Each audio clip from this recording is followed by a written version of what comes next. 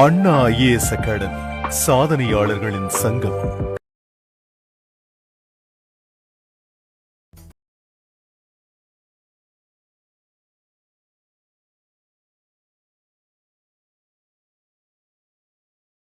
Welcome to Anna IAS academy. நம்ம இப்போ polity series பார்த்துட்டு இருக்கோம். இந்த பாலிட்டி சீரீஸ்ல அடுத்த முக்கியமான ஒரு டாபிக் முகவுரை. So preamble of the constitution அப்படின்னு சொல்லுவாங்க. இந்திய அரசியலமைப்போட முகவுரை ரொம்ப ரொம்ப ரொம்ப முக்கியமான ஒரு டாபிக் இது. இந்த பகுதி தான் இப்போ நம்ம பார்க்கலாம். அரசியலமைப்போட முகவுரை. ஃபர்ஸ்ட், முகவுரை என்றால் என்ன?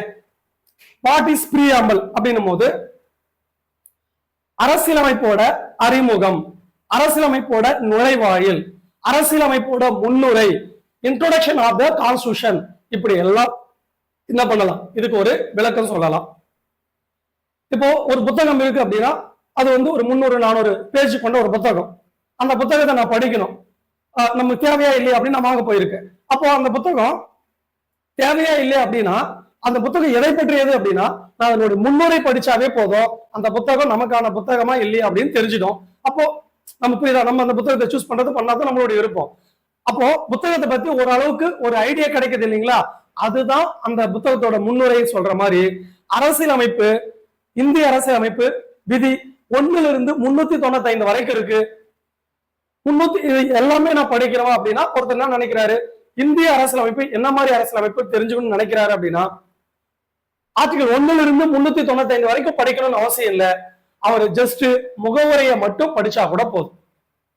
நான் சொல்றது நான் ஜென்ரலா சொல்றேன், ஒரு தேர்வு நோக்கு இல்லாம ஜென்ரலா இந்தி போறது என்ன நினைக்கிறாரு. இப்போ ஒரு யூஎஸ்ஏல ஒரு நபர் இருக்காரு, ஒரு பொலிட்டிக்கல் சயின்ஸ் ஸ்டூடெண்ட். நான் வந்து இந்திய அரசியலமைப்பு என்ன மாதிரி இருக்குன்னு தெரிஞ்சுக்கணும் அப்படின்னா அவர் முழுமையா படிக்கணும் அவசியம் இல்லை.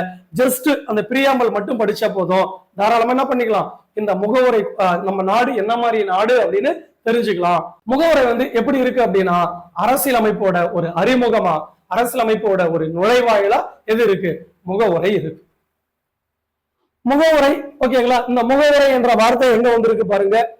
இது ஒரு பிரியாம்புலஸ் அப்படின்ற லத்தீன் மொழி சொல்லிலிருந்து பிரியாம்பல் என்ற வார்த்தை வந்துச்சு. பிரியாம்பல் அப்படின்னா முகவுரை. முகவுரை என்ற வார்த்தை முதல்ல எங்க இடம் பெற்றது, அந்த முகவுரை என்ற கான்செப்ட் எங்க இடம் பெற்றது, அமெரிக்க அரசியலமைப்பில் இடம் பெற்றது.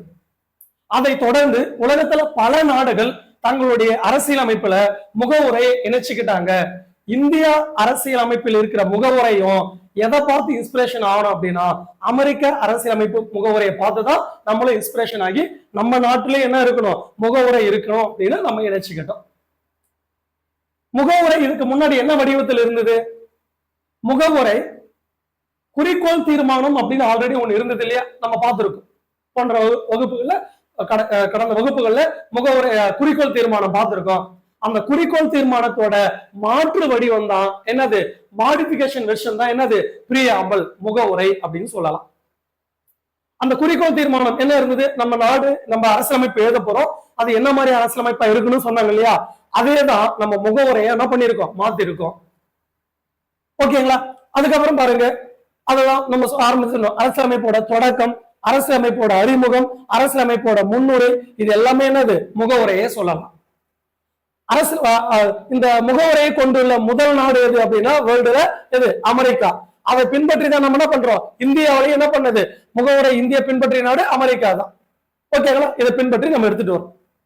ஓகேவா. நம்ம ஏற்கனவே சொன்ன மாதிரி குறிக்கோள் தீர்மானத்தை அதனுடைய ஜவஹர்லால் நேரு எடுத்துட்டு வந்திருப்பாரு, அதனுடைய மாற்று வடிவம் தான் என்னது அப்படின்னா என்னது, இந்த முகவுரை. குறிக்கோள் தீர்மானம் எப்ப ஏத்துக்கிட்டாங்க அப்படின்னு பார்த்தோம். அந்த குறிக்கோள் தீர்மானத்தோட ஒரு சுருக்கப்பட்ட வடிவம் தான் எது, இந்த முகவுரை. அடுத்து முகவுரை அரசியலமைப்புல எப்ப ஏத்துக்கிட்டாங்க, முகவுரை அரசியலமைப்புல எப்ப ஏத்துக்கிட்டாங்க அப்படின்னா 1949 நவம்பர் 26 என்றுதான் முகவுரை அரசியலமைப்புல சேர்க்கிறாங்க. ஓகேவா. இந்திய அரசியலமைப்பு ஏற்றுக்கொள்ளப்பட்டதும் 1949 நவம்பர் 26. முகவுரை இந்திய அரசியலமைப்பில் சேர்க்கப்பட்ட நாளும் 1949 நவம்பர் 26. அப்பதான் இத முகவுரையை சேர்க்கிறாங்க. அடுத்து முகவுரை எது போல இருக்கு, முகவுரை ஒரு பக்கம் தான் இருக்கும் ஒரிஜினலா, சில பேராகிராஃப்ல கொண்டு இருக்கும். நம்ம அதை இப்போ இங்க ஷார்ட்டா நம்ம என்ன பண்ணிருக்கோம் சொல்லியிருக்கோம். முகவுரை என்னன்னு தொடங்கும் அப்படின்னா இந்திய மக்களாகிய நாம் என்று தொடங்கும். முகவுரை என்னன்னு தொடங்கும், இந்திய மக்களாகிய நாம். இதுல நாம் என்பது யாரை குறிக்கிறது? ஆல்ரெடி புக் பேக் கொஸ்டின்ல கேட்டிருக்காங்க. நாம் இருந்தா இந்தியாவில் இருக்கிற மக்களை தான் குறிக்குது. ஓகேங்களா? அப்போ முகவரை இதை ஒரு முறை படிச்சுக்கலாம். இந்திய மக்களாகிய நாம் உறுதியான ஒரு மனதான தீர்மானத்துடன் இந்தியாவை இறையாண்மை மிக்க சமதர்ம மதசார்பற்ற மக்களாட்சி குடியரசாக உருவாக்குகிறோம். மேலும் இந்தியாவின் அனைத்து குடிமக்களுக்குமான வகையில் சமூக, பொருளாதார மற்றும் அரசியல் நீதியையும் சுதந்திரமான முறையில் வெளிப்பாடு, நம்பிக்கை, விசுவாசம் மற்றும் வழிபாடு ஆகியவற்றுடன் தகுதி மற்றும் வாய்ப்புகளில் அனைவருக்கும் சமத்துவம், மக்களிடையே சகோதரத்துவம் மற்றும் தனிமனித மாண்பையும் வளர்ப்பதுடன் நாட்டின் ஒற்றுமை மற்றும் ஒருமைப்பாட்டினை ஓங்க செய்வதற்கு அரசியலமைப்பு நிர்ணய சபையில் 1949 நவம்பர் 26ஆம் நாளில் ஏற்றுக்கொண்டு இயற்றி இந்த அரசியல் அமைப்பினை எங்களுக்காக நாங்களே அளிக்கின்றோம் அப்படின்னு முகவரைய படிக்கும் போது நம்ம புரிஞ்சுக்கலாம். அப்ப முகவரை ஜஸ்ட் ஒரு பக்கம் தான் இருக்கு. அந்த ஒரு பக்கத்துல என்ன சொல்றாங்க அப்படின்னா ரொம்ப சிம்பிள். எங்களுக்கான அரசியலமைப்பை நாங்க ஏத்துக்கிட்டோம், இது நாங்களே உருவாக்குனது, நம்மளுடைய நாடு இறையாண்மை கொண்ட சமதர்ம சமய சார்பற்ற ஜனநாயக குடியரசு நாடா இருக்கு. நம்ம மக்களுக்கு என்ன வழங்குறோம் அப்படின்னா நீதி வழங்குறோம், சுதந்திரம், சமத்துவம், சகோதரத்தை வழங்குறோம். நாங்க ஒருமைப்பாட்டுடன் ஒற்றுமையுடனும் இருப்போம். இந்த அரசியலமைப்பை நம்ம எப்ப ஏத்துக்கிறோம் அப்படின்னா 1949 நவம்பர் 26 அன்று ஏத்துக்கிறோம் அப்படின்னு இந்த முகவரையில சொல்லியிருக்காங்க. ஓகேங்களா? முகவரை 4 உட்கூறுகளை கொண்டுள்ளது. அது என்ன 4 உட்கூறுகள்? இன்கிரீடியன்ஸ் அப்படின்னு சொல்லுவாங்க. முகவரையோட முதல் உட்கூறு என்ன அப்படின்னா அரசியல் அமைப்பு எழுதுவதற்கான அதிகாரம் யாரிடமிருந்து பெறப்பட்டது. அதான் சொல்றாங்க. முகவரையில் அரசியலமைப்பு எழுதியிருக்காங்க இல்லையா, அந்த அரசியலமைப்பு எழுதுவதற்கான அதிகாரம் யார் கொடுத்தது அதை பத்தி சொல்றதுதான் முதல் உட்கூறு. இரண்டாவது உட்கூறு இந்திய அரசின் இயல்பு எது? Nature of the Indian state. ஸ்டேட்னா இயல்புகள். இந்திய அரசோட இயல்புகள் என்ன அப்படின்னு இரண்டாவதா சொல்லியிருக்காங்க. மூன்றாவது இந்திய அரசியலமைப்போட நோக்கங்கள் என்ன அப்படின்னு முகவரையில சொல்லியிருக்காங்க. நாலாவது இந்திய அரசியலமைப்பு எப்பொழுது ஏற்றுக்கொள்ளப்பட்டது அப்படின்னு அந்த நாளையும் இதுல சொல்லியிருக்காங்க. இந்த நாளும் தான் முகவரையோட 4 உட்கூறுகளை வச்சிருக்கிறாங்க. ஆக்சுவலி அந்த முகவரை ஒரு பக்கம் இருக்கு இல்லையா, அதை படிக்கும் போது இதுதான் அதுக்குள்ள இருக்கு. இதை நம்ம என்ன பண்றோம், தனித்தனியா உட்கூறா பிரிச்சு படிக்கிறோம். ஓகேங்களா? இப்ப பாருங்க, ஃபர்ஸ்ட் என்ன சொன்னோம், அரசியலமைப்பு எழுதுவதற்கான அதிகாரம் அல்லது தோற்றுவாய் எங்கிருந்து வாங்குது? இப்ப இந்திய அரசியலமைப்பு எழுதியிருக்காங்கல்ல, யார் அந்த அதிகாரத்தை கொடுத்தது அப்படின்னா இந்திய மக்களாகிய நாங்க தான் அந்த அதிகாரத்தை கொடுத்தோம். நம்ம மக்களுக்கிட்ட இருந்து தான் அதிகாரத்தை வாங்கி என்ன பண்ணிருக்காங்க, நமக்கான ஒரு அரசியலமைப்பு எழுதியிருக்காங்க. அப்போ முதல் உட்கூறுக்கு விடை முடிஞ்சது. இரண்டாவது உட்கூறு இந்திய அரசோட இயல்பு. இந்திய அரசு இருக்கு இல்லையா, அதனுடைய இயல்பு என்ன அப்படின்னா இந்திய அரசு இறையாண்மை மிக்க சமதர்ம மதசார்பற்ற மக்களாட்சி குடியரசு நாடாக விளங்குகிறது அப்படின்னு முகவுரையில சொல்லியிருக்காங்க. இந்திய அரசு என்ன மாதிரியான நாடு? இந்தியா இறையாண்மை உள்ள நாடு, சமதர்மம் உள்ள நாடு, மதச்சார்பற்ற நாடு, மக்களாட்சி நாடு, குடியரசு நாடு. இதுதான் இந்தியாவோட இயல்பு, இந்திய அரசோட இயல்பு இது அப்படின்னு இரண்டாவது உட்கூறு சொல்லுது. மூன்றாவது உட்கூறு என்ன சொல்லுதுன்னா அரசியலமைப்போட நோக்கங்கள். நம்ம அரசியலமைப்பு எழுதியிருக்கல, நமக்கான ஒரு அரசியலமைப்பை என்ன நோக்கத்தை வச்சு நம்ம எழுதியிருக்கோம், இந்த அரசியலமைப்பு எதை அடைய போகுது, மக்களுக்கு என்ன வழங்க போறாங்க அப்படின்னா மக்களுக்கு நீதி வழங்கணும், சுதந்திரம், சமத்துவம், சகோதரத்துவம், இதை அனைத்தையும் வழங்குவதுதான் நம்ம இலக்காக வைத்து நம்ம என்ன பண்ணிருக்கோம், இதை செயல்படுத்தி இருக்கோம், நம்ம அரசியலமைப்பை உருவாக்கி இருக்கிறோம். அடுத்து அரசியலமைப்பு எப்ப ஏற்றுக்கொள்ளப்பட்டது? நம்ம மக்கள் அதிகாரத்தை கொடுத்து நம்ம அரசியலமைப்பு எழுதியிருக்காங்க இல்லையா, இந்த அரசியலமைப்பு எப்பப்பா எடுத்துக்கிட்டீங்க, எப்ப ஏற்றுக்கொண்டீங்க அப்படின்னா 1949 நவம்பர் 26 அன்று இந்திய அரசியலமைப்பு ஏற்றுக்கொள்ளப்பட்டது. அப்போ இந்த முகவுரையில இருக்கிற விஷயத்தை நம்ம படிக்கும் போது அதை 4 உட்கூறுகளா பிரிக்கலாம். அந்த 4 உட்கூறுகளும் இப்படிதான் பிரிக்கலாம். ஓகேங்களா? சோ இதை பார்க்கணும், நல்லா கவனிக்கணும். முகவுரை அரசியலமைப்பில் சேர்க்கப்பட்டதும் இந்த நாள்ல தான். எப்போ? நவம்பர் 26 1949. அரசியலமைப்பு ஏற்றுக்கொள்ளப்பட்ட நாள் எப்பதான்? இந்த நவம்பர் 26 1949. அப்போ முகவுரையை நம்ம இதை வச்சு பார்க்கும் போதே தெரியுது. இப்ப நம்ம ஏற்கனவே சொன்ன மாதிரி ஒரு வெளிநாட்டை சேர்ந்த ஒருவர் நம்ம நாடு என்ன மாதிரி நாடுன்னு தெரிஞ்சுக்கணும்னா, இந்தியா அடிமை நாடா? இல்ல, இறையாண்மை நாடு. இந்தியா மன்னராட்சி நாடா? இல்ல, மக்களாட்சி நாடு. இந்தியாவிலிருந்து மத சார்புள்ள நாடா? இல்ல, மத சார்பற்ற நாடு அப்படின்னு தெரிஞ்சுக்க முடியுது இல்லையா? அப்போ அதனால்தான் என்ன சொல்றாங்க, அரசியலமைப்போட ஒரு நுழைவாயில், அரசியலமைப்போட அடையாள அட்டை, அரசியலமைப்போட ஒரு முன்னுரை அப்படிலாம் முகவுரையை நாம சொல்றோம். அடுத்தது இதுல இருக்கிற ஒவ்வொரு வார்த்தைக்கும் நம்ம விளக்கங்கள் தெரியும். இங்க ஒரு 5 வார்த்தை இருக்கு. அதன் பிறகு ஒரு 4 வார்த்தை, மொத்தம் 9 வார்த்தை இருக்கு. இந்த 9 வார்த்தைக்கு நம்ம விளக்கம் தெரியணும். இந்த விளக்கங்கள்லாம் படிச்சுட்டு அதுக்கப்புறம் மற்ற விஷயங்களையும் நம்ம இதுல பார்த்துக்க போறோம். ஃபர்ஸ்ட் பார்க்க வேண்டியது என்னது? இறையாண்மை, சாவரின் அப்படின்னு சொல்லுவாங்க. இறையாண்மை என்னது? சாவரின். இந்த சாவரின் அப்படின்ற வார்த்தை சோப்பரான்ஸ் அப்படின்ற சோப்பர்னஸ் என்ற லத்தீன் மொழி சொல்லிலிருந்து சாவரின் என்ற ஆங்கில வார்த்தை வந்தது. ஓகேங்களா? எதுல இருந்து வந்தது? இந்த வார்த்தையிலிருந்து வந்தது. மேலான, உயர்ந்த, அதான் அதுக்கு பொருள். சூப்பர்னாஸ் என்பது பொருள் என்னது? மேலான, உயர்ந்த அதிகாரம் அப்படின்னு சொல்றாங்க இல்லையா? அதான் அதனுடைய பொருள்.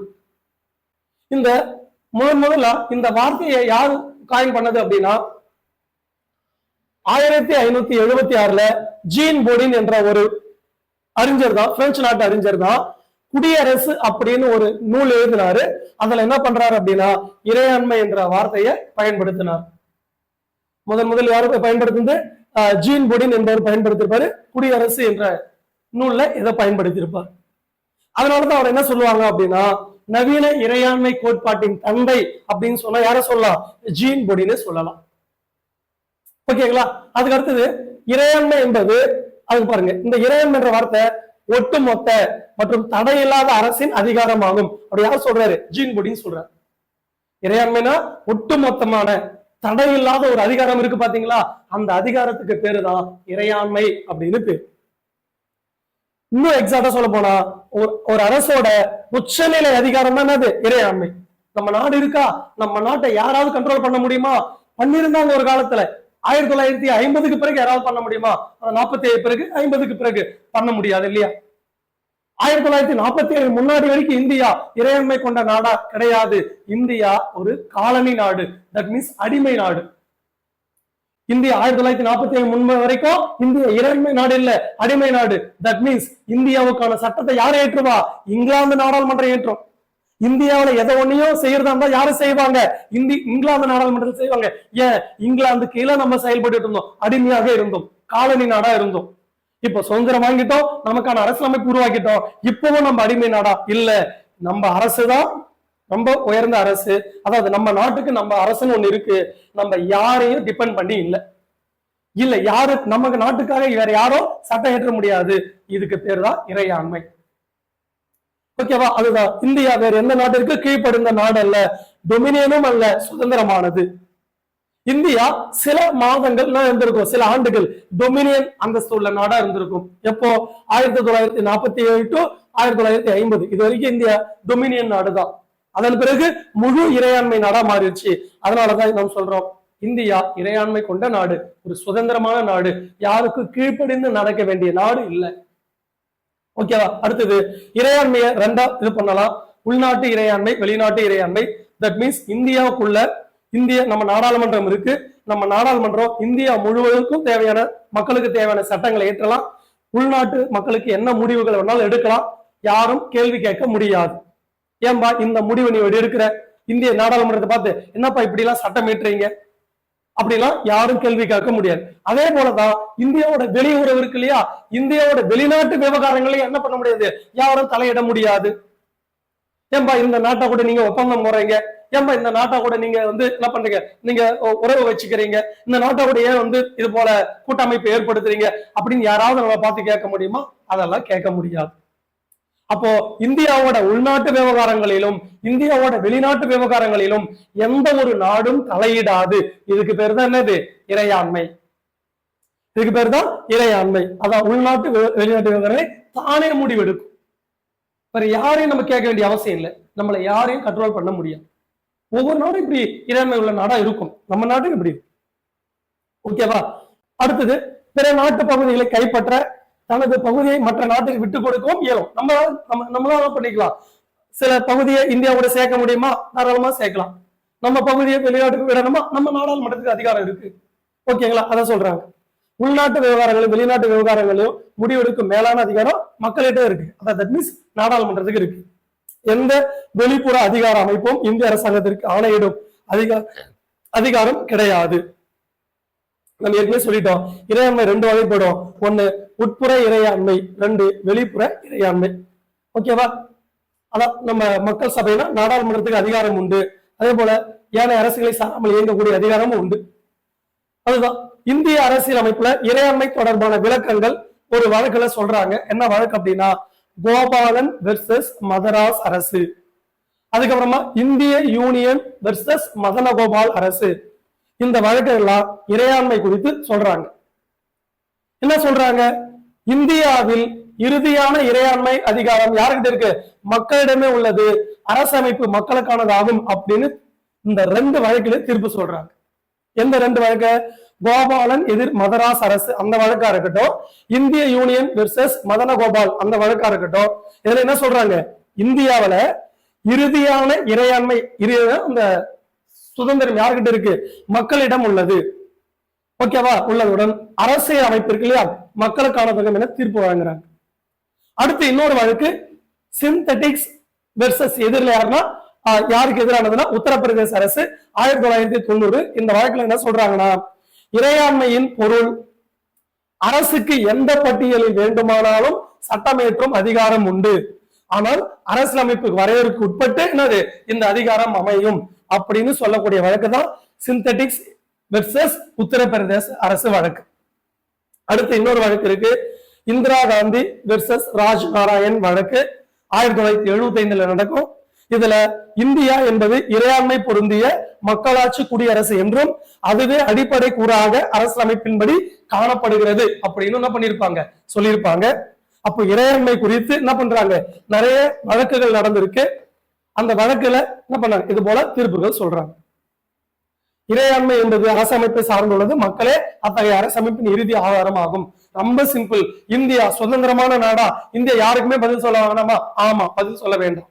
இந்தியாவோட அதிகாரம், அந்த இறையாண்மை இறுதி அதிகாரம் யாருக்கிட்ட இருக்கு? மக்களுக்கு இருக்கு. மக்கள் முடிவு பண்ணிக்குவாங்க எந்த அரசு வேணும் வேண்டாம் அப்படின்னு. யாரு முடிவு பண்ணிக்குவா? மக்கள் முடிவு பண்ணிக்குவாங்க. இதுதான் இறையாண்மைக்கான விளக்கம். அடுத்து போயிடலாமா? அடுத்து 2வது வார்த்தை என்ன இருக்கு அப்படின்னா சமதர்மம். 2வது என்ன இருக்கு? சமதர்மம், சோசியலிஸ்ட். ஒரிஜினலா சமதர்மம் என்ற வார்த்தை அரசியலமைப்பு வரும்போது முகவுரையில என்ன கிடையாது, இந்த சமதர்மம் என்ற வார்த்தை இடம்பெறல. இந்த சமதர்மம் என்ற வார்த்தை எப்ப இடம்பெறுதுன்னா 42வது சட்ட திருத்தம் 1976 தான் என்ன பண்றாங்க, இந்த வார்த்தையை சேர்க்கிறாங்க. 42வது சட்ட திருத்தம் 1976 தான் முகவுரையில சேர்க்கிறாங்க. ஓகேங்களா? ஆனா சமதர்மம் தொடர்பான விதி இருக்கானா? 1950 இருந்தே இருக்கு. எங்க இருக்குன்னா டிபிஎஸ்பி இருக்கு. பின்னாடி டிபிஎஸ்பியில நம்ம பார்க்க போறோம். அதாவது அரசுக்கு வழிகாட்டு நெறிமுறை கோட்பாடுகள். அதுல ஒரு 8 விதிகள் இருக்கு. அந்த 8 விதிகளை படிக்கும் போது சமதர்மத்தை வலியுறுத்துற மாதிரி இருக்கும். என்னதான் முகவுரையில சமதர்மம் அப்படின்னு சேர்க்கலனாலும் நம்ம அரசியலமைப்புல இருந்து, நம்ம அரசியலமைப்பு நடைமுறைக்கு வந்ததுல இருந்து நம்ம நாடு சமதர்ம நாடுதான். எப்படிப்பா தெரிஞ்சுக்கலாம்? நீங்க டிபிஎஸ்பி போய் பாருங்க, ஒரு 8 விதி இருக்கு. அதெல்லாம் பார்த்தா சமதர்மத்தை வலியுறுத்துற மாதிரி இருக்கு. ஓகேங்களா? சமதர்மத்தை வலியுறுத்துற மாதிரி இருக்கு. இந்த சமதர்மம் என்ற வார்த்தை எப்படி வந்து சேர்ந்துச்சுன்னு பார்க்கலாம். 1955 ஆவடியில காங்கிரஸ் மாநாடு நடக்குது, ஐஎன்சி மாநாடு. யூஎன் டெபார் கூட அதுக்கு தலைமை தாங்குவாரு. அதுலதான் சமதர்ம கொண்ட சமுதாயத்தை படைப்போம் அப்படின்னு ஒரு தீர்மானம் நிறைவேற்றுறாங்க. சோசியலிஸ்டிக் பேட்டர்ன் ஆஃப் சொசைட்டி அப்படின்னு ஒரு தீர்மானத்தை நிறைவேற்றுறாங்க. எப்போ? இந்த ஆவடி காங்கிரஸ் மாநாட்டுல. மீனிங் என்னன்னா, நம்ம நம்ம எதிர்காலத்துல என்ன மாதிரி சமுதாயம் படைக்கணும், சமதர்மம் கொண்ட சமுதாயத்தை படைக்கணும், இதான் எங்களுடைய நோக்கம் அப்படின்னு அப்ப தீர்மானம் எடுத்துறாங்க. அதை மைண்ட்ல வச்சுக்கிட்டு பின்னாடி எமர்ஜென்சி டைம்ல 42வது சட்ட திருத்தல முகவுரையில சமதர்மம் என்ற வார்த்தையை சேர்க்கிறாங்க. ஓகேவா? சோ இதுங்க பாருங்க, சமதர்மம் அதுக்கான மீனிங் நம்ம பார்க்கலாம். அரசாங்கம் தனியார் துறை நாட்டின் வளங்களின் உற்பத்தியில் ஈடுபடும். அரசாங்கமும் ஈடுபடும், தட் மீன்ஸ் அரசும் ஒரு தொழில்ல ஈடுபடும். தொழில் சொல்றதோட பொருளாதார நடவடிக்கைகள். ஓகேவா? அரசாங்கமும் ஈடுபடும், தனியாரும் ஈடுபடும். இது ரெண்டும் ஈடுபட்டா அதுக்கு பேர் என்னன்னா கலப்பு பொருளாதாரம். கலப்பு பொருளாதாரம் தான் சமதர்மம் அப்படின்னு சொல்லலாம். கலப்பு பொருளாதாரம் தான் என்னது? சமதர்மம். ஆனா இந்தியாவில் இருக்கிற சமதர்மம் என்ன சொல்லுவாங்க அப்படின்னா ஜனநாயக சமதர்மம் சொல்லுவாங்க. சமதர்மம் ரெண்டு வகைப்படும். ஒண்ணு கம்யூனிச சமதர்மம். இது எங்க இருக்குன்னா சீனா, கியூபா, வியட்நாம் போன்ற நாடுகள் இருக்கு. அந்த சமதர்மம் நம்ம கிட்ட இல்ல. நம்ம கிட்ட இருக்கிற சமதர்மம் என்ன சமதர்மம்னா ஜனநாயக சமதர்மம். என்ன சமதர்மம்? ஜனநாயக சமதர்மம். எது இல்ல? கம்யூனிச சமதர்மம் கிடையாது. அதே போல இந்திய சமதர்மம் எது கலந்தது அப்படின்னா மார்க்சிஸ்ட் இருக்காரு இல்லையா, காரல் மார்க்ஸ், அவர் உருவாக்குனதுதான் மார்க்சிசம். அதுவும் நம்ம காந்தி இருக்காரு இல்லையா, இந்த ரெண்டு கலந்த ஒரு கலவை தான் இந்தியாவில் இருக்கிற சமதர்மம். ஓகேவா? பெரும் பகுதி காந்தி சொன்ன சமதர்மம் தான் நம்ம சமதர்மம், இந்தியா கடைபிடிக்கக்கூடிய சமதர்மம்.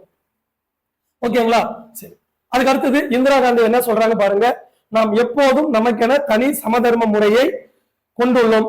தேவை இருப்பின் மட்டுமே ஒரு துறையை தேசியமயமாக்கி உள்ளோம். அனைத்தையும் தேசியமயமாக்குவது நமது சமதர்மம் இல்ல. மீனிங் என்னன்னா, இப்போ சீனா மாதிரி நாடுகள்ல பெரும் தொழில் நடவடிக்கை எங்க இருக்கும்? அரசு கிட்ட இருக்கும். அது தேசியமயமாக இருக்கும். தனியார் ரொம்ப குறைவாக இருப்பாங்க. முழுமையா தனியார் இருக்க மாட்டான்னு சொல்ல முடியாது. தனியார் இருப்பாங்க, ஆனா குறைவா இருப்பாங்க. பெரும் தொழில் நடவடிக்கை யார் கண்ட்ரோல் இருக்கும்? அரசு கண்ட்ரோல் இருக்கும். பொதுத்துறை நிறுவனங்கள் நிறைய இருக்கும். அது பேர் தான் கம்யூனிச சமதர்மம். இந்தியா அது மாதிரினா கிடையாது. இந்தியா கம்யூனிசம், அந்த கம்யூனிசத்தில் இருக்கிற அந்த தொழில்துறையில அரசும் இருக்குது, தனியாரும் இருக்குது. முழுமையா அரசு மட்டுமே என்ன பண்ணல, ஆதிக்கம் செலுத்தல. அததான் இந்திரா காந்தி அம்மையார் என்ன சொல்றாங்க, நம்ம எப்போதும் தனி சமதர்ம முறையை வச்சுட்டு இருக்கோம். நம்ம தேவை இருப்பா மட்டுமே என்ன பண்ணுவோம், ஒரு துறையை தேசியமயமாக்க போறோம். தேவையில்லாம அனைத்தையும் என்ன பண்ண போறதில்ல, தேசியமயமாக்க போறதில்ல. நமக்கு தெரியும் இந்திரா காந்தி ஆரம்பத்துல ஒரு 14 வங்கிகளை தேசியமயமாக்குறாங்க. இப்போ 1969.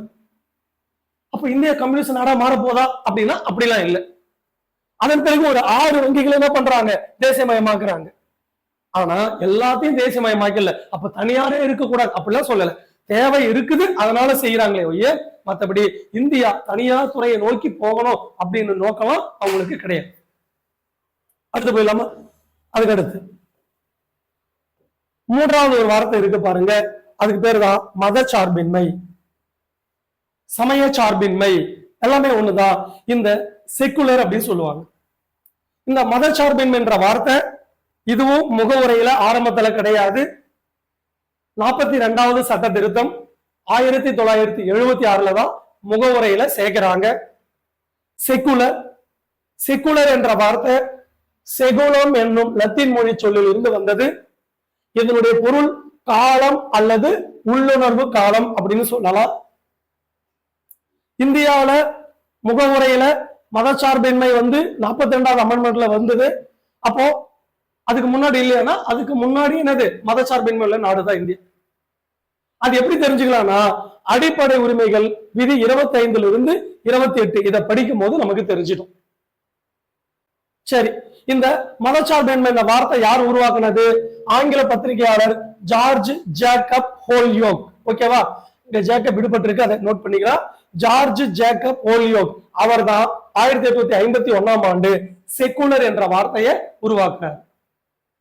ஓகேவா? அதாவது மதச்சார்பின்மை, செக்குலரிசம் அப்படின்ற வார்த்தையை அவர் தான் உருவாக்குறாரு. யாரு? George Jacob Holyoake. யார் அவரு? ஆங்கில பத்திரிகை ஆசிரியர். அடுத்து போயிடலாமா? அடுத்தது ஆர்டிகல் 29(2) கூட என்ன சொல்லணும்னா, அரசு உதவி பெறும் கல்வி நிறுவனங்கள் என்னது, பாகுபட்ட மத அடிப்படையில பாகுபாடு காட்டக்கூடாதுன்னு சொல்லுவாங்க. அப்ப நம்ம ஆரம்பத்துல இருந்து என்ன இருக்கும், மத சார்பின்மை உள்ள நாடாக தான் நம்ம இருக்கோம். அடுத்தது கேசவானந்த பாரதி வழக்கு இருக்கு. அதுல என்ன பண்றாங்க அப்படின்னா, இந்தியா ஒரு மதசார்பற்ற நாடு, செக்குலர் ஸ்டேட், அதுதான் நம்மளுடைய அரசியலமைப்போட அடிப்படை கட்டமைப்பு அப்படின்னு சொல்லுவாங்க. எப்போ 42வது சட்ட திருத்தல் தான் நம்ம முகவரையில மதச்சார்பின்மை சேர்க்கிறோம். அதுக்கு முன்னாடி 73 நடந்த ஒரு வழக்குல கூட என்ன சொல்றாங்க, இந்தியா ஒரு செக்குலர் கண்ட்ரிபா, இந்தியா ஒரு மதசார்பற்ற நாடுபா, இது நம்ம நாட்டோட அடிப்படை கட்டமைப்பு அப்படின்னு சொல்றாங்க. ஓகேங்களா? இதான். அதுக்கு அடுத்தது, இந்தியாவுக்கு ஒரு மதம் இருக்கா அப்படின்னா அப்படி எதுவுமே கிடையாது. அது என்னங்க மதச்சார்பின்மை? மதசார்பின்மைனா இந்தியாவுக்கு ஒரு மதம் கிடையாது, குறிப்பிட்ட மதம் கிடையாது இந்த அரசுக்கு. அரசு எந்த ஒரு மதத்தையும் ஆதரிக்காது, எந்த ஒரு மதத்தையும் வெறுக்காது. ஆதரிக்காது அப்படின்னா வெறுக்குதா அப்படின்னு இல்லை. அனைத்து மதங்களும் சமமாகவே என்ன பண்ணப்படும், பாதிக்கப்படும். அனைத்து மதங்களும் நமக்கு என்னது, சமமாக பார்ப்போம். இந்தியா பல்வேறு நம்பிக்கைகளை சமமாக போற்றி மதிக்கப்படும் இடமாக இருப்பதோடு ஒரே தேசிய கண்ணோட்டத்தை கொண்டிருக்கும் அப்படின்னு கூட ஒரு ஆள் சொல்றாரு. இந்தியாவோட முதல் பிரதமர் யாரு, ஜவஹர்லால் நேரு சொல்றாரு. என்ன சொல்றாரு பாருங்களேன், அருமையான ஒரு கோர்ஸ் இது. இந்தியா பல்வேறு நம்பிக்கைகளை சமமாக போற்றி மதிக்கப்படும் இடமாக இருப்பதோடு ஒரே தேசிய கண்ணோட்டத்தை கொண்டிருக்கும் அப்படின்னு யார் சொல்றாரு, ஜவஹர்லால் நேரு சொல்றாரு. அடுத்து போயிடலாமா? அதுக்கு அடுத்தது, மத சார்பு அரசு என்பது ஒரு மதத்தினை அரசு மதமாக கொண்டிருக்கும் உயர் பதவிகள் அரசு மதத்தை பின்பற்றுவோருக்கு வழங்கப்படும். எடுத்துக்காட்டு பாகிஸ்தான் வாட்டிகன். மீனிங் என்னன்னா ரொம்ப சிம்பிள். என்ன சொல்றாங்கன்னா, ஒரு சில நாடு உலகத்துல மத சார்புள்ள நாடு அப்படின்னு சொல்லுவாங்க. அது என்ன மத சார்புள்ள நாடுனா, அவங்களுடைய கான்ஸ்டிடியூஷன்ல இதுதான் எங்களுடைய மதம் அப்படின்னு டிக்ளேர் பண்ணிருப்பாங்க. எடுத்துக்காட்டு பாகிஸ்தான், இலங்கை, பங்களாதேஷ், தாய்லாந்து போன்ற நாடுகள் அவங்களுடைய அரசியலமைப்புல இதுதான் எங்களுடைய மதம் அப்படின்னு டிக்ளேர் பண்ணாங்க. தட் மீன்ஸ் அப்படி பண்ணிட்டாங்கன்னா அந்த நாடுகள்ல அவங்க மதம் எதுன்னு சொல்லியிருக்காங்களோ அதுக்கு தான் என்ன பண்ணுவாங்க, முக்கியத்துவம் கொடுப்பாங்க. மற்ற மதத்துக்கு பெரிதாக இம்பார்ட்டன்ஸ் தர மாட்டாங்க. இப்போ பாகிஸ்தான்ல இஸ்லாம் மதம் அப்படின்னா அவங்க அரசு இஸ்லாம் அரசு அப்படின்னு அறிவிச்சிருக்காங்க. அப்போ உயர் பதவிகள்ல பெரும்பாலான அரசு பதவிகள் யாருதான் அமர்த்துவாங்க, அந்த மதத்தை சேர்ந்தவங்க தான் முன்னுரிமை கொடுப்பாங்க. இலங்கையில் எடுத்துங்க, எங்களுடைய மதம் புத்த மதம், பௌத்த அரசுன்னு சொல்லியிருக்காங்க. தாய்லாந்து பௌத்த அரசு, பங்களாதேஷ் இஸ்லாமிக் அரசு, இப்படி சொல்லியிருக்காங்க. அப்படின்னா அந்த நாடுகள்ல அரசு பதவிகள்ல ஓகேவா என்ன பண்ணிருப்பாங்க, உயர் பதவிகள் எல்லாரும் அந்த மதத்தை சார்ந்தவங்களுக்கு தான் வழங்குவாங்க. ஓகேங்களா? சோ இதான் இந்த மத சார்பற்ற அந்த இதுக்கான விளக்கங்கள். மீண்டும் சொல்ற, மத சார்பற்ற அப்படின்னா அரசு எந்த ஒரு மதத்தையும் என்ன பண்ணல, போற்றாது, எந்த ஒரு மதத்தையும் வெறுக்காது, அரசுக்குன்ட்டு ஒரு மதம் கிடையாது. ஓகே, அனைத்து மதையும் சமமாக பாதிக்கும். இதுக்கு பேர் தான் என்னது, சமய சார்பின்மை அல்லது மத சார்பின்மை அப்படின்னு சொல்றோம். ஓகேங்களா? அடுத்து போயிடலாமா? அடுத்து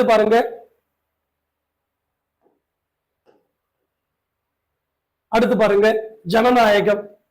ஜனநாயகம்னா மக்களாட்சி, அதாவது டெமோக்ரசி. ஓகேங்களா? டெமோக்ரசி என்ற வார்த்தை டெமோஸ் மற்றும் கிரேஷியா என்ற 2 கிரேக்க மொழி சொல்லிலிருந்து வந்தது. கிரேட்டோஸ் அப்படின்னு சொல்லுவாங்க. 2 கிரேக்க மொழி சொல்லிலிருந்து டெமோக்ரசி என்ற வார்த்தை வந்துச்சு. டெமோக்ரசி அப்படின்னா தமிழ்ல ஜனநாயகம், மக்களாட்சின்னு சொல்லலாம். ஜனநாயகம் சொல்லலாம், எக்ஸாக்டான தமிழ் வார்த்தை மக்களாட்சி. உலகத்துல முதலில் மக்களாட்சி எங்க பிறந்தது அப்படின்னா பண்டைய கிரேக்க நாட்டுல பிறந்தது. இன்னைக்கு கிரீஸ் அப்படின்னு சொல்லுவாங்க. பண்டைய கிரேக்க நாட்டுல என்ன பிறந்தது, மக்களாட்சியோட பிறப்பிடம் அப்படின்னு சொல்லலாம். ஆனா நவீன மக்களாட்சி எங்க உருவாச்சு அப்படின்னா இங்கிலாந்துல உருவாச்சு. நவீன மக்களாட்சி எங்க உருவாச்சு, இங்கிலாந்துல உருவாச்சு. மக்களாட்சி அப்படின்னா யாருக்கு அதிக அதிகாரம், மக்கள் தான் அங்க உச்ச அதிகாரம் பெற்றிருப்பாங்க. ஏன், யார் அதிகாரத்துக்கு வரலாம், யார் அதிகாரத்துக்கு வரக்கூடாது அப்படின்னு யார் முடிவு செய்ய போறா, மக்கள் முடிவு செய்ய போறாங்க. அப்போ மக்களாட்சியில் யார் உச்ச அதிகாரம் பெற்றிருக்காங்க, மக்களே உச்ச அதிகாரம் பெற்றிருக்காங்க. மக்களாட்சி 2 வகைப்படும். 1 நேரடி மக்களாட்சி, 2 மறைமுக மக்களாட்சி. நேரடி மக்களாட்சி ஓகேவா, 2வது மறைமுக மக்களாட்சி. அது என்ன, அது எந்த நாட்டுல பண்றாங்க, உலகத்தில் ஒரே ஒரு நாடு மட்டும்தான் நேரடி மக்களாட்சி ஃபாலோ பண்றாங்க, அதுதான் சுவிட்சர்லாந்து. அங்கேயும் மக்கள் தேர்ந்தெடுத்த MP MLA இருப்பாங்க. ஆனா நேரடி மக்களாட்சி வேற ஒரு விதத்துல அவங்க என்ன பண்றாங்க, ஃபாலோ பண்றாங்க. ஒண்ணு இல்ல, என்ன அப்படின்னா சுவிட்சர்லாந்துல அரசு ஒரு சட்டம் ஏற்றுறது அப்படின்னா மக்கள்கிட்ட கேட்டு சட்டம் ஏற்றுனாங்கன்னா, மக்களிடம் கருத்து கேட்டு சட்டம் ஏற்றுனாங்கன்னா இது நேரடி மக்களாட்சின்னு சொல்லலாம். இல்லைன்னா மக்கள் என்ன பண்ணுவாங்க, மக்கள் ஒரு கோரிக்கை வைப்பாங்க, எங்களுக்கு என்ன பண்ணுங்க இந்த சட்டம் ஏற்றுங்க அப்படின்னு. அதன் பிறகு அரசு ஏற்றும், இது நேரடி மக்களாட்சி. அதன் பிறகு ஏதோ ஒரு விஷயத்துல ஏதோ ஒரு ஒப்பந்தத்துல இருந்து வெளியே வரணும், இல்ல ஏதோ ஒரு விஷயம் பண்ணணும் அப்படின்னா மக்கள் கிட்ட என்ன பண்ணுவாங்க, ஓட்டெடுப்பு நடத்துவாங்க, இது நேரடி மக்களாட்சி. அதுக்கப்புறம் ரீகால் சொல்லுவாங்க. அது என்ன ரீகால் அப்படின்னா திரும்ப அழைச்சிக்கிறது. என்னது திரும்ப அழைச்சிக்கிறது. இப்போ எம்பி எம்எல்ஏ இருக்காங்க, சிறப்பா செயல்பட ஒரு 5 ஆண்டுகள் பதவி காலம், ஒரு வருடம் பாக்குறாங்க, சிறப்பா செயல்படலாம், அவங்களை திரும்ப அழைச்சிக்கிறது, அது பேர் ரீகால். இதுவும் நேரடி மக்களாட்சியில ஒண்ணு. சோ அததான் இங்க சொல்லியிருக்காங்க, ரெஃபரண்டம், இனிஷியேட்டிவ், ரீகால், பிளெபிசைட். ஓகேங்களா? இதன் அடிப்படையில அங்க ஃபாலோ பண்றதால அது என்ன சொல்றாங்க, நேரடி மக்களாட்சி அப்படின்னு சொல்றாங்க. அது என்ன மறைமுக மக்களாட்சி அல்லது அதுக்கு இன்னொரு பேரு பிரதிநிதித்துவ மக்களாட்சி அப்படின்னா, மக்கள் எம்பிக்கு ஓட்டு போட போறாங்க, எம்எல்ஏ ஓட்டு போட போறாங்க, நமக்காக அவங்க போய் நாடாளுமன்றத்திலையும் சட்டமன்றத்திலையும் என்ன பண்ண போறாங்க, சட்டம் ஏற்ற போறாங்க. ஏன் அப்படின்னா அதிக மக்கள் தொகை கொண்ட ஒரு நாட்டுல எல்லா மக்களுக்கிட்ட கேட்டுக்கிட்டு என்ன பண்ண முடியாது, சட்டம் ஏற்ற முடியாது. மக்களை கருத்து கேட்டு சட்டம் ஏற்றினா நிறைய நாட்கள் எடுக்கும், டைம் எடுக்கும். அப்போ சட்டம் ஒரு சிலர் வேணும்னுவாங்க, வேணான்னுவாங்க. அப்போ அரசால எந்த ஒரு சட்டத்தையும் செயல்படுத்த முடியாது. அப்ப நம்ம என்ன பண்றோம், நமக்காக எம்பி எம்எல்ஏ அனுப்பிடுறோம், நீங்க எங்களுக்காக போய் என்ன பண்ணுங்க, சட்டம் ஏற்றுங்க அப்படின்னு சொல்லிடுறோம். இதுக்கு பேர் தான் மறைமுக மக்களாட்சி. அதுக்கு இன்னொரு பேரு பிரதிநிதித்துவ மக்களாட்சி. என்னுடைய பிரதிநிதியா நீங்க போய் என்ன பண்ணுங்க, நாடாளுமன்றத்திலையும் சட்டமன்றத்திலையும் பேசுங்க சொல்றேன் இல்லையா, அதுதான் பிரதிநிதித்துவ மக்களாட்சி. ஓகேங்களா? சோ அங்க பாருங்க, இந்த பிரதிநிதித்துவ இல்ல மறைமுக மக்களாட்சியை 2ஆ பிரிக்கிறாங்க. ஒண்ணு பாராளுமன்ற முறை, இன்னொன்னு ஜனாதிபதி முறை, அதாவது குடியரசு தலைவர் முறை. புத்தகத்துல ஜனாதிபதி முறையிலே கொடுத்திருப்பான். ஒண்ணு என்னது நாடாளுமன்ற முறை, இன்னொன்னு அதிபர் அரசாங்க முறை அப்படின்னு சொல்லலாம், இல்ல ஜனாதிபதி முறை அப்படின்னு சொல்லலாம். எங்க மறைமுக மக்களாட்சி தான். அந்த மறைமுக மக்களாட்சி மேலும் 2 வகையா பிரிக்கிறோம். இந்தியா இங்கிலாந்து பாராளுமன்ற முறையை கொண்டுள்ளது. அமெரிக்கா, பிரான்ஸ், சீனா ஜனாதிபதி முறையை கொண்டுள்ளது, அதிபர் அரசாங்க முறை அப்படின்னு சொல்றோம். ஓகேங்களா? அடுத்து பார்க்கலாம். நம்மளுடைய முகவுரையில ஜனநாயகம் சொல்றேன் இல்லையா, அந்த ஜனநாயகம் என்ன மாதிரியான ஜனநாயகம் அப்படின்னா அரசியல், சமூக மற்றும் பொருளாதார ஜனநாயகம். நம்ம ஜனநாயகம் என்னது, அரசியல் மற்றும் சமூக பொருளாதார ஜனநாயகம். அதுக்கப்புறம் மக்களாட்சி குறித்து அறிஞர்கள் நிறைய கருத்து சொல்லி இருக்கிறாங்க.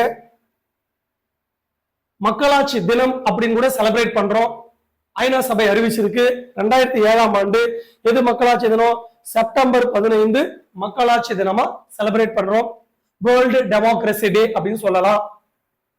சரி, மக்களாட்சி குறித்து அறிஞர்கள் என்னென்ன கருத்து சொல்லியிருக்காங்க இங்க பாருங்க.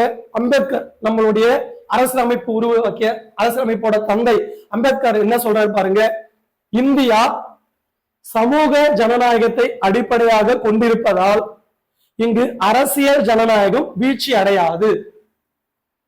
சமூக ஜனநாயகம் என்பது சுதந்திரமான, சமத்துவ, சகோதரத்துவ கொள்கைகளை அங்கீகரிப்பதாகும். இவை 3ம் தனித்தனியானவை அல்ல.